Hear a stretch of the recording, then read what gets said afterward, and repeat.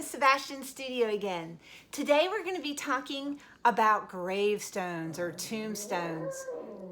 Yes, Tsukuyomi, we are. And it is going to be part of my holiday themed week, and this is my Halloween contribution. But there's a lot of historical fact that goes into these beautifully carved stones, and we're going to learn a little about them first, and then we're going to make our own rubbing of a tombstone. So we've got to make the tombstone part first, and then hang out at the end of the video. I'll go ahead and tell you a super silly joke. The history of stone grave markers goes back thousands of years. The ancient Greeks were known one of the earliest people to do this practice, and they used stone monuments to honor the dead and prevent graves from being disturbed. One of the great goals of ancient Greece was to create art that had a perfection spirit to it. And so you can see that the young girl whose statuary on the left-hand side is holding this bird. There's a lot of symbolism in these funerary art forms, and the bird represents the soul leaving the body. So this would have been a headstone for a young girl who had passed. The ancient Romans followed suit.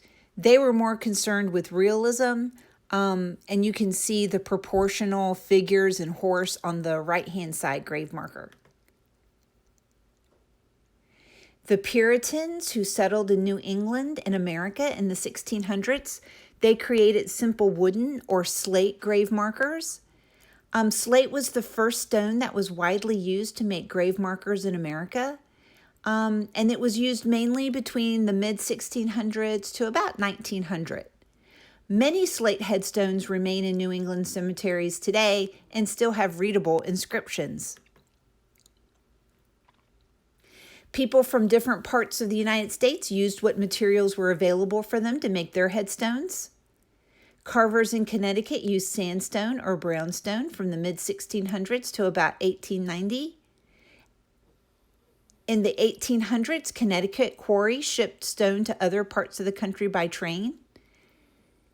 Marble and limestone were used as grave markers from the late 1700s to about 1930. But because these stones became stained over time and the inscriptions became difficult to read, they discontinued using that stone in modern day. Today in America, because of its strength and durability, granite has been the primary stone used for the grave markers since about the 1860s. Granite can be gray or another color depending upon where it's mined. Some of the very finest granite is mined and manufactured in Georgia. So when you're getting gravestones made, you can put a lot of symbolic pictures on there. One of them happens to be drapery. That means that the person who created the stone for the person who died is probably in mourning for that person. You can also include flowers and other nature elements. Daisies would be used for innocence, so that would probably be used for a young child who had died. Today, there is a controversial practice of gravestone rubbings. Believe it or not, your art teacher has done this once or twice herself. But you take a very fine paper into an old cemetery, and you can use a graphite stick and rub it along the paper, and it will pick up the image of the gravestone. Now, you can see the picture on the left-hand side has a young girl using crayons for this practice. Doesn't really harm the gravestone, but it's highly discouraged, and many states or cemeteries have actually outlawed or discouraged the practice. You'd have to check with the individual cemetery to see if they would allow you to do this or not. Things that you'll need for this lesson include a piece of paper, you'll need a pencil or something to draw with, you'll need a bottle of glue, you'll need a crayon, darker color is probably better for this, a pair of scissors, and I'm choosing cardboard made from a cereal box. So the first thing we're going to need to do is get our cardboard set up. And you could do this on a piece of paper as well, which would be fine. But I separated it by cutting through the cardboard. And now I am going to use this to do my tombstone on.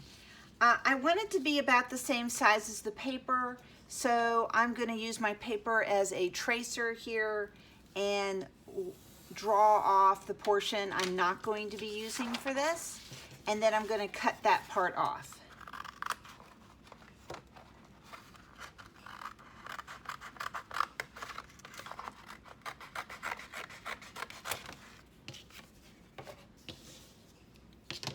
So now is the time that we're going to be drawing our tombstone design.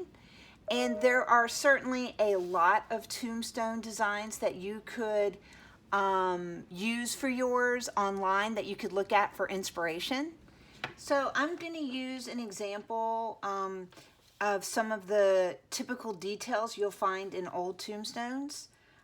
First thing I'm going to do is I'm actually going to shape and modify the top of the tombstone.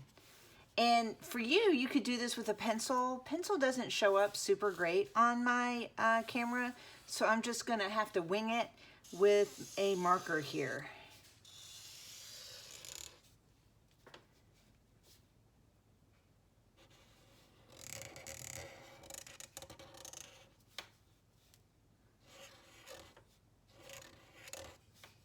And it's probably real important to not get too detailed. And the reason why is because the glue is going to have a hard time going into those little details without it spreading and going where you don't want it to go. So I have a skull head, and I have little wings, kind of like the angel of death coming out here. And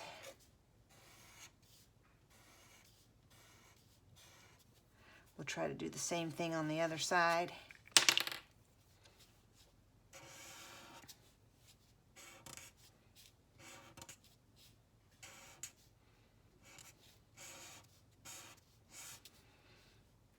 And then we're gonna put just some fancy kind of decorations up here at the top. Little patterns or designs. A lot of times you'll see other death symbolism in these pictures, certain flowers like lilies. You might even see poppies.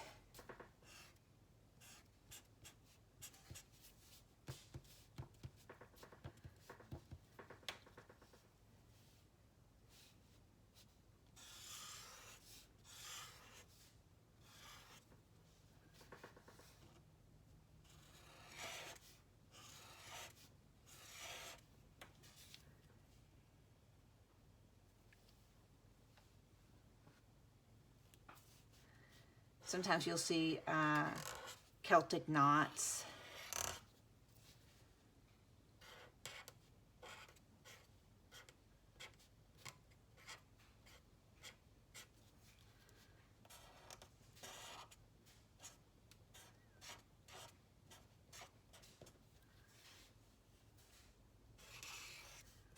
Lots of drapery, like shrouds they would put on dead bodies.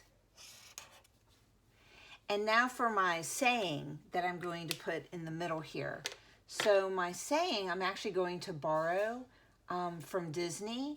And this particular one comes from Disney. So it's Leota Toombs, and she was a Walt Disney artist. They actually used her for the original Haunted Mansion Seance Room Crystal Ball. And the Imagineers liked it so much after they tested her face on it that they decided to make it part of the final version. So if you go to Walt Disney, you'll see a tomb with her face on it too. I'll put that in the video just to show you. But I'm going to make the saying now that's going to go on her tomb. So it is, "Dear sweet Leota,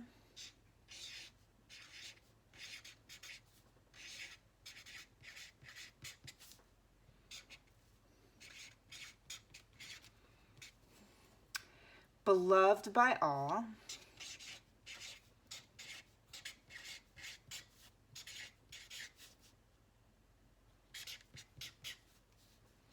in regions beyond now,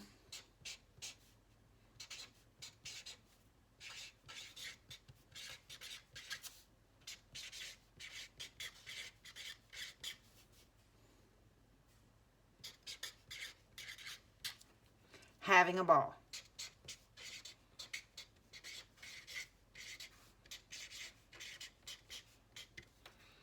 And you can make your writing as fancy as you'd like. Our next step is going to be taking glue and going over all of our lines.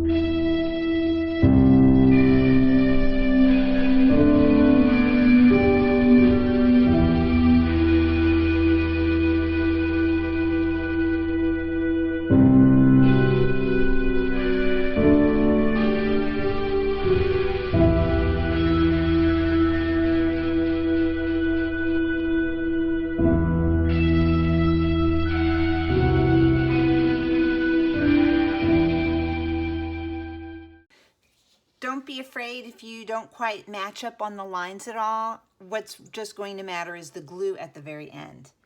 Don't also be afraid to kind of go back in with a pencil and maybe make some of those lines a little bit more clear and easy to read.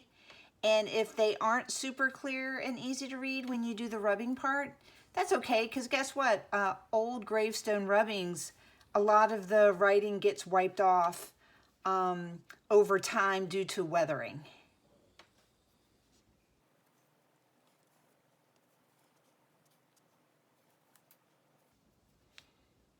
This actually works a little bit better when the glue has actually dried a little bit. You can kind of get in there and do that cleaning up part a little bit more easily. Or I could just use a blow dryer and make everything dry more quickly. All right, so now we're all nice and dry. You can see that the glue has turned clear. And I forgot to trim off these little top parts. So I'm gonna go ahead and just do that now.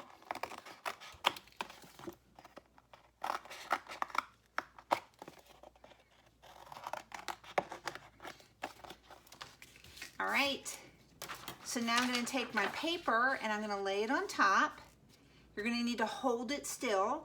You can use the side of a crayon using the tip, but you can also peel back the paper on the crayon and use the side of the crayon too.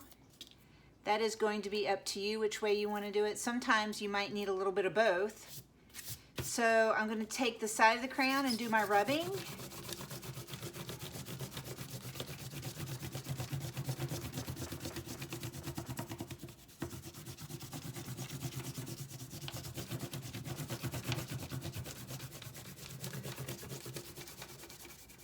And that's why I said it's probably better to use a dark colored crayon for this. If you feel like an area is not coming in as good as you'd like, try using that tip in there. That will for sure make it a little bit darker.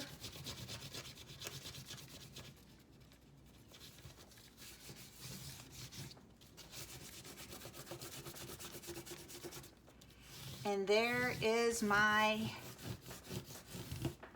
rubbing of a tombstone. Again, if you miss some of the actual letters, don't worry. Just tell people, hey, that part got weathered away. All right. I bet your tombstones are going to look better than mine. So I hope you enjoyed that lesson. So now I'm going to go ahead and tell you our super silly joke of the day, which is, what is a skeleton's favorite musical instrument? A trombone. Trombones, bones, yeah. Okay, so remember to always be kind, love on one another, do something nice for someone in your house today, and keep on making great art.